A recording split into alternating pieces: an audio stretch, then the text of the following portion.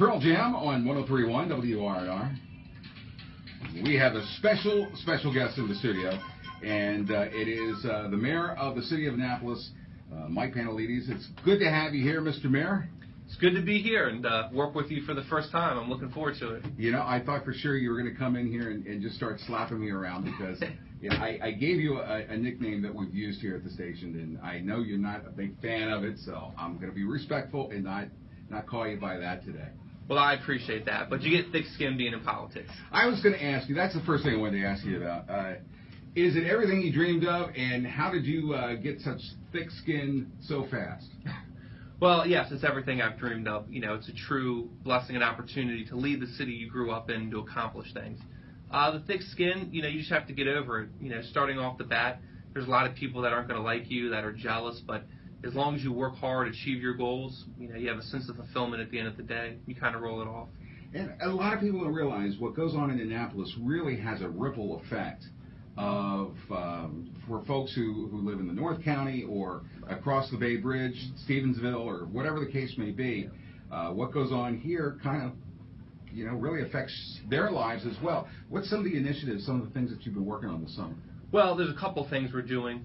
One of the big ones is I always try to make Annapolis the model for the state of Maryland, and one of them is environmental practices. We're trying to make Annapolis, partnering with Newport, two of the main cities for the EPA to invest money in. So we started a solar energy park.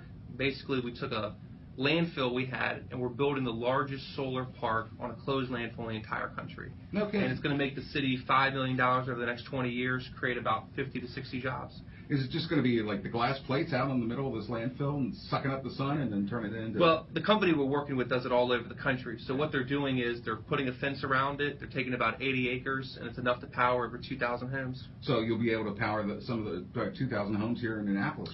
That's right. Wow. And we're also using some clean green energy for the city, too, offsetting our carbon emissions. You wrote an op-ed piece in the Capital Gazette this week, and that's what enlightened us to say, you know, we ought to get the mayor in to join us. Taking the city problems and turning them into strengths. Mm-hmm. And that's a huge undertaking because there's some problems that need fixed. And how do you turn them into the strengths of the city? Well, I think the first thing we did is with the solar energy park. The other thing we did is with the old city rec center, basically looking at things that cost us money or liabilities. You know, when I came into office, we had this rec center. Look, I played basketball there. It's where I found that I was going to be mayor. I love it. Yeah. But it was sitting empty, you know, full of asbestos and everything else. And I said, we're going to sell this, put it back on the market. And at the end of the day, I supported another person for the bid, but the city's going to make over $1 million. There's going to be private condos. We're going to put it back on the tax roll instead of costing us money every year. What do you say to your detractors who say you left some money on the table with that place? Well, I actually would say I was with those detractors. I voted for the other one, but at the end of the day, it takes 5 votes to get something done, and we don't always get our way, but you have to rise above it. So I'm not going to fight them. I'm going to work with them to make sure they get it up and running as soon as possible. What about like faucets and some of the stuff around City Dock? You know, we got a lot of exciting stuff. You know, Harbor Grill just opened the old Phillips building. They're thinking about putting a Mission Barbecue in Stevens Hardware, and I work with the people of the old Faucets building on a weekly basis. We're very excited about that. We got some legislation in before the break, hoping to preserve the maritime. Not say hopefully, we will preserve the maritime and add a little retail and make it a great economic place for the city. How close do you work with Steve Shue?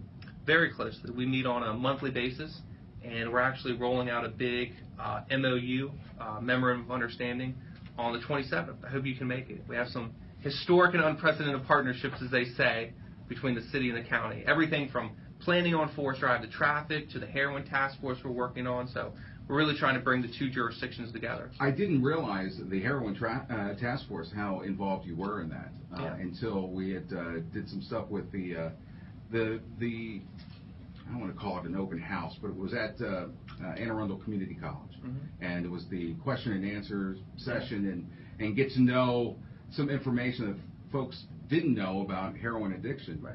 That was held there, and saw you there, and that was pretty cool. I was shocked. You know, they asked the governor, "What's the hardest thing?" And I would have thought he said his cancer, dealing with Baltimore, the budget, you know, his first year, and he's like heroin. Yeah, he's like flat down's the biggest challenge he's had. Yeah, it's a tough thing.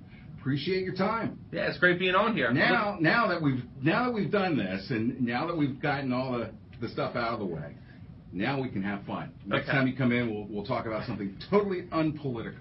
I would look forward to it. We talk about music, everything else, fun things to do in the city. Yeah, what kind of music you like? I like everything, actually. Is there a favorite band? Favorite band. They asked us in the first Twitter debate. I said Operation Ivy, but I also like the Grateful Dead. I like James Brown. I've seen George Clinton, Hank Williams Jr. Very eclectic. I thought it looked like you did LSD at one point. Thank you, Mayor Mike Pantelides. Yeah. Listen to Bob Watt's conversation with The Edge and Adam Clayton.